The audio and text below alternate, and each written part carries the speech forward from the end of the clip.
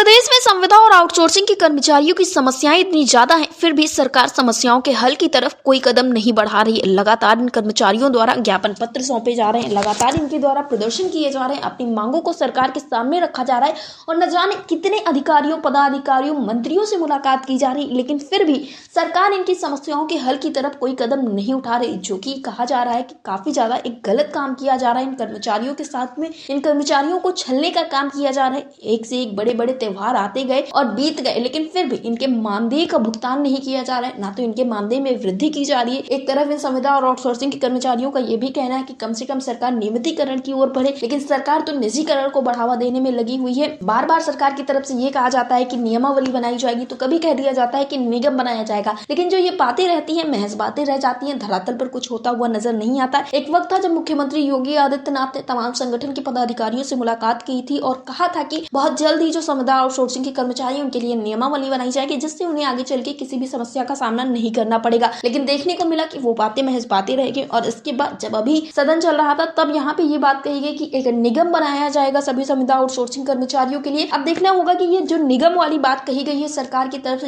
ये कितनी ज्यादा सच होने वाली है, इसको लेकर सरकार क्या कुछ कदम उठाने वाली। फिलहाल आपको बता दें कि जो उत्तर प्रदेश में इस वक्त पर ग्राम रोजगार सेवक और मनरेगा कर्मी है, उनकी स्थिति इतनी ज्यादा भयानक हो चुकी है कि उन्हें ये नहीं समझ में आ रहा कि आखिर अपना जीवन यापन कैसे करें, आखिर अपने परिवार को कैसे चलाएं, आखिर अपने घर पे त्योहारों को कैसे मनाएं, क्योंकि इनके मानदेय का भुगतान नहीं किया जा रहा है। दिवाली में भी मानदेय नहीं आया, देखने को मिल रहा है कि होली में भी मानदेय नहीं आया, जिस वजह से इन्हें काफी सारी समस्याओं का सामना करना पड़ा है। मुख्यमंत्री योगी आदित्यनाथ स्वयं डिफेंस एक्सपो में वादा करते हैं कि जो ग्राम रोजगार सेवक है, मनरेगा कर्मी है, उनको सौगात दी जाएगी। कई सारे वादे इनके लिए किए जाते हैं और उसके बाद से लगातार ये जो ग्राम रोजगार सेवकों के, मनरेगा कर्मियों के संगठन है, मुख्यमंत्री योगी आदित्यनाथ से अपील करें, भारतीय जनता पार्टी के तमाम जो अधिकारी मंत्री हैं उनसे अपील कर रहे हैं, यहाँ तक कि जो उप मुख्यमंत्री केशव प्रसाद मौर्य हैं उनसे न जाने कितनी बार इन मनरेगा कर्मियों ने मुलाकात की होगी, लेकिन उनकी तरफ से बस यही कहा गया कि बस थोड़ा सा इंतजार और उसके बाद आपकी समस्याओं का हल कर दिया जाएगा। तारीखों पे तारीखें दी जा रही है, लेकिन समस्याओं का हल नहीं किया जा रहा है, जिस वजह से इनके बीच में काफी ज्यादा नाराजगी है और काफी ज्यादा निराशा भी देखने को मिल रही है, लेकिन फिर भी सरकार कोई कदम नहीं उठा रही है। फिलहाल इन सारी चीजों पे जानकारी देते हुए या यूं कहे कि सरकार की सच्चाई को दिखाते हुए विजय विद्रोही, जो कि उत्तर प्रदेश के तमाम संविदा और आउटसोर्सिंग के जो कर्मचारी है उनकी आवाज को उठाते हुए नजर आते हैं। हाल फिलहाल में उन्होंने बजट का भी विरोध किया है, तो उन्होंने मनरेगा कर्मियों को लेकर क्या कुछ कहा है, आप भी सुनिए।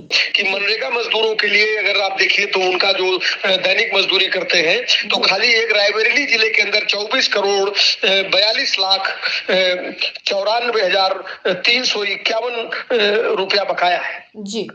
एक जिले के अंदर अगर आप समझिए कि इतने मजदूरों की मजदूरी, इतनी मजदूरी बकाया है तो पूरे प्रदेश की क्या स्थिति होगी जी। तो बहुत खराब स्थिति है। सरकार ने कतई ध्यान नहीं रखा है कि मजदूर वर्ग को, मेहनत करने वाले लोगों को, आउटसोर्सिंग, संविदा और ये जो दिहाड़ी मजदूरी करने वाले लोग हैं, मनरेगा मजदूर हैं, ये संविदा मजदूर हैं, कर्मचारी हैं, इनका होली कुछ बेहतर ढंग से हो जाए तो इनके किए हुए उपार्जित धन का भी मैंने भुगतान समय से सरकार ने नहीं किया है। इसके लिए सरकार की निंदा करते हुए और ये अभी भी अपील है कि अभी बहुत सवेरा है, देर रात तक भी जो है, जैसे ट्रेजरी 31 मार्च को रात भर खुली रहती है तो सरकार ट्रेजरी खोल करके इनके भुगतान कर सकती है। जबकि मांग उठ रही थी कि शहरी रोजगार गारंटी योजना शुरू की जाए, तो शहरी रोजगार गारंटी योजना तो चलना दूर की बात हो गई। वो जो मनरेगा ऑलरेडी चल रही थी, उस मनरेगा का भी बजट उन्होंने हर साल 10,000 करोड़ कम किया जी। जबकि आपको शायद जानकारी होगी कि 21 करोड़ लोग कोविड के दौरान शहरों से गांव की ओर लौट करके आए थे, जिनमें सिर्फ 4 करोड़ लोग लौट करके वापस शहरों में गए हैं। शहरों के अंदर कुटीर उद्योगों का जिस तरह सत्यानाश हुआ है जीएसटी ने और ये कोविड ने